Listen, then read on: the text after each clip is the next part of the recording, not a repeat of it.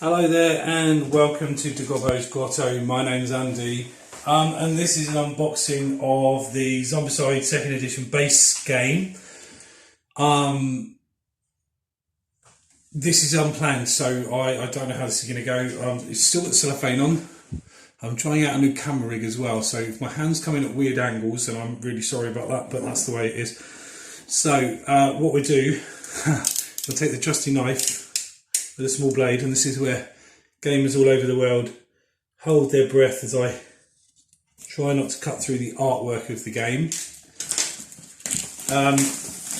And talking of which, so we're just going to take the cellophane off. I could have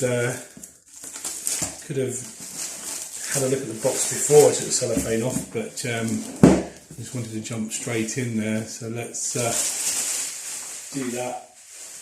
As you can see, the artwork is really bright, really punchy. Some people didn't like it. I really like the kind of cartoony, bright, sort of artwork that comes into it, and there's a kind of anime style to it, if you like. Manga, is that the right word? I don't know, sort of Japanese, comic strip feel to it, which I really like.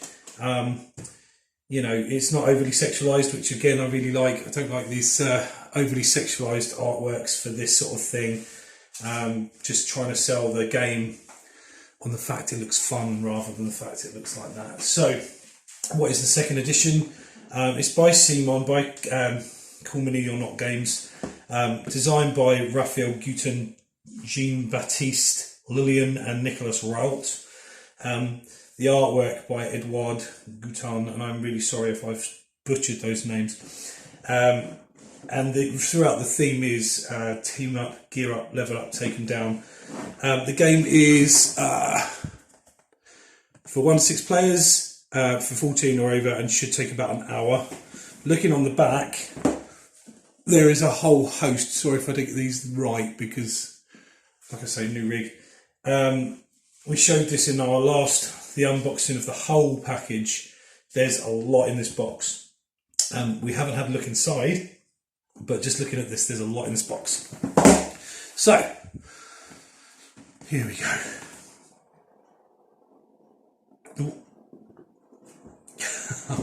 Takes a while. Okay. So, right away, we've got the rulebook and the missions and free content, which we'll have a look at later. It's a little curious code.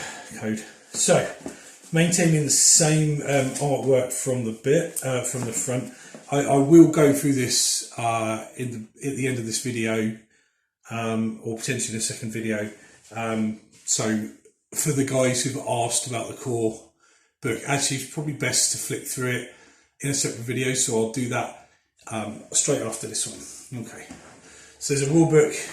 It's got the same sort of generic artwork, but it does look absolutely gorgeous. I will flip through that, I promise, in a separate video. So like the other Zombicide, the Black Plague, we've got this lovely insert, and it looks like, there we go. So in the insert itself, we will come back to that in just 1 second. We've got all of our components, and I don't know if you can see that, but it looks like it's incredibly thick card for the components. Those are just buffers to keep the components in place, and there are the city tiles, the game board itself. You can see it's in cellophane, so I'm not at this moment gonna, or am I? Am I gonna do it? Oh yeah, go on. We'll open it. Go on. Let's. Again, this is where gamers around the world hold their breath. Around the world, like I've got people around the world. Managed to get a corner there. So that whole video is just literally me trying to get into plastic without ruining any of the gorgeousness of the components. Yeah, it's just best if you see just how thick and glorious these things are. Let's get rid of this rubbish. Unfortunately, like most things, There's lots of plastic in these games, which isn't very environmentally friendly. So components wise, we've got lots of hearing, so noise markers, which will attract the zombies. I'm not sure what these things are yet. We'll have a little look. They look like doors, trapdoors maybe. Yeah, they are. They're the secret entrances to the rooms, or objective markers. So these are the objective markers, I think. Similar to the ones they used in Black Plague, excuse me, sniffing. So we've got police cars. There was on the Kickstarter resin cars, and I wish I'd bought them, but I literally couldn't justify the sheer volume of money that these guys wanted for everything. So these are the zombie spawning points and the exit point, and some beautiful components. These look like the doors here. These ones on the sides, and these are the tiles, double-sided. So you have a V side and an R side, and they make up the majority of the components, obviously. So you've got a massive volume of things that you can do layout wise, and again, the artwork is just astonishingly good. So it just gives you that like little corner store there. Just gives you that little extra feel that it's an you know, an apocalypse. It's a sort of dystopian nightmare, as it were. So like there's a little Fallout suit there, you know, like broken street signs and stuff like that. And I've seen 3D renders of these. Some people have been building these things for the last couple of months, year, while we're waiting for the game. I wish I'd done it, but I just didn't have the time because I'm studying at the moment. So yeah, there's an arcade there, and all of those is a square for your zombies and your characters to move. I mean, just look at this gorgeous artwork; it's fantastic. And the components, how thick they are. They're, you know, really thick card, so they're really sturdy. I mean, ideally you wouldn't want them to tear or anything like that. So they're very, very strong and sturdy components. I'm going to pop them carefully back in there. But this is the bit I've been looking forward to the most as a, I'll move that game out of the way, as a miniatures fan, which is what initially attracted me to the game. This is the bit I've been waiting for. So let's find out where it is. Oh, lovely, absolutely amazing. So we'll start with the stuff that I'm excited about and not excited about. I love dice, but I've got loads of dice. These things are the skill ring, the character rings, so you can identify which one is yours, and it will colour code with you, with the pegs which you'll put into your I don't even know what these things are really called, these components. This, I guess, your dashboard is probably the best thing to put in it. So you'll have your adrenaline, your kill SPP at the bottom there, which basically your character will start as a blue character, so a rookie, and as they go through the game they get more skilled, and as they go into various things here they get better at what they do and they get some extra skills. And there's some predetermined characters in these things, so you can see that Amy, she comes with a katana. She gets free move action when she's in blue. Yellow, she gets an extra free action, and when she starts going into orange, which is these bits here, she gets extra melee action or extra ranged action, and then she goes into red. So, you know, there's all sorts of and on the back will be a list of their skills very quickly, and that sits in there, so you can identify your character straight away.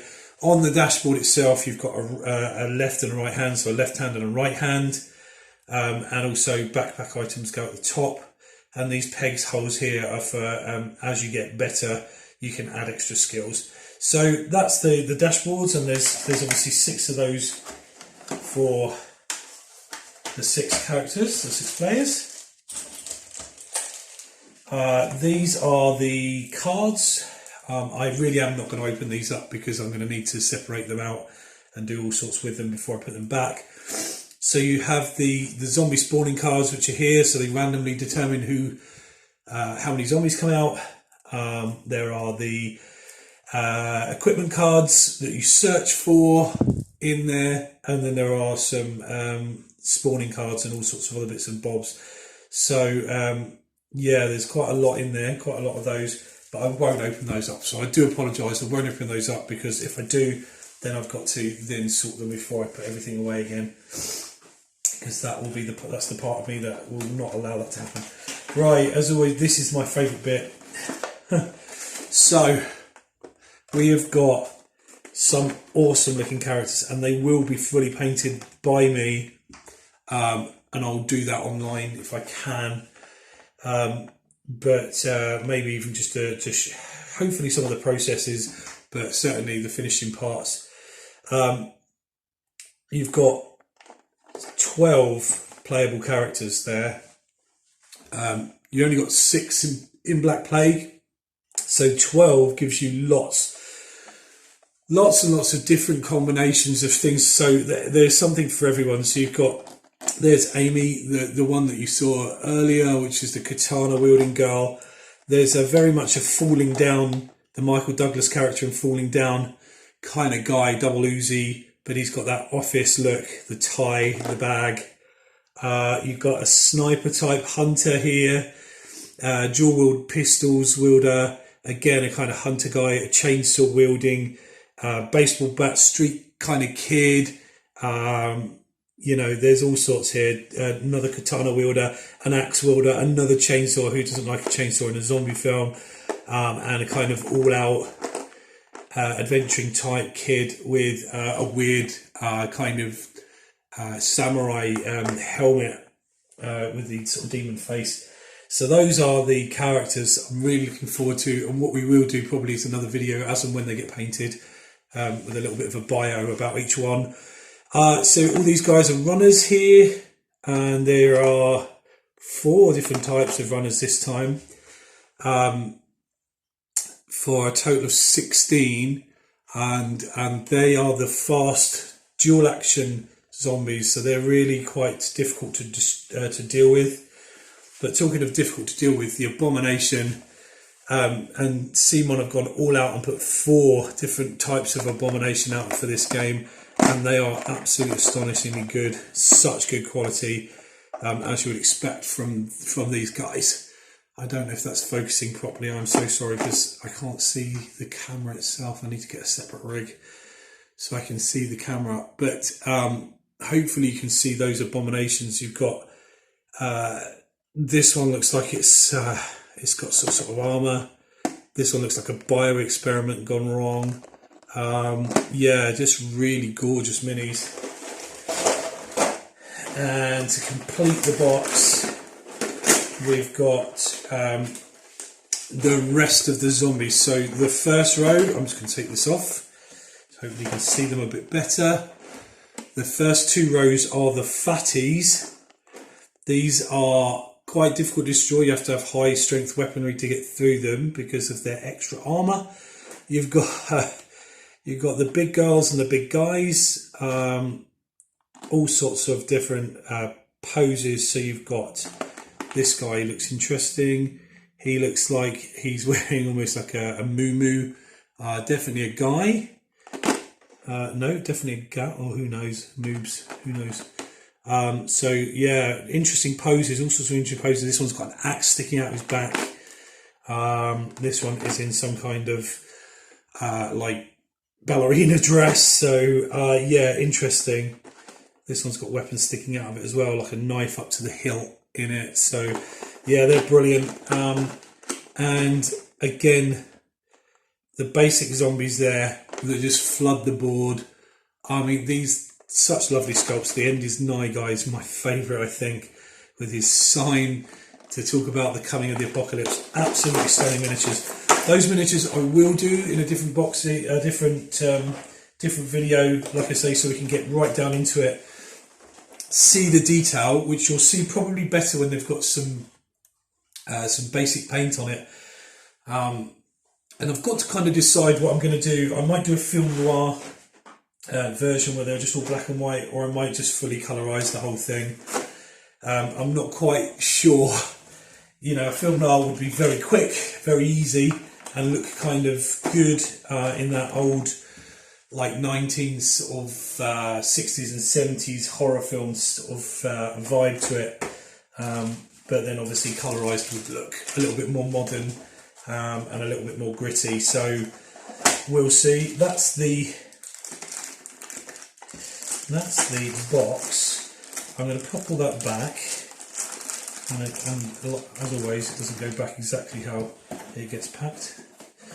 So yeah, lovely. That's the game box, and that works really well. I'm going to pop that back in there. So we've got that. But yeah, that's the core box.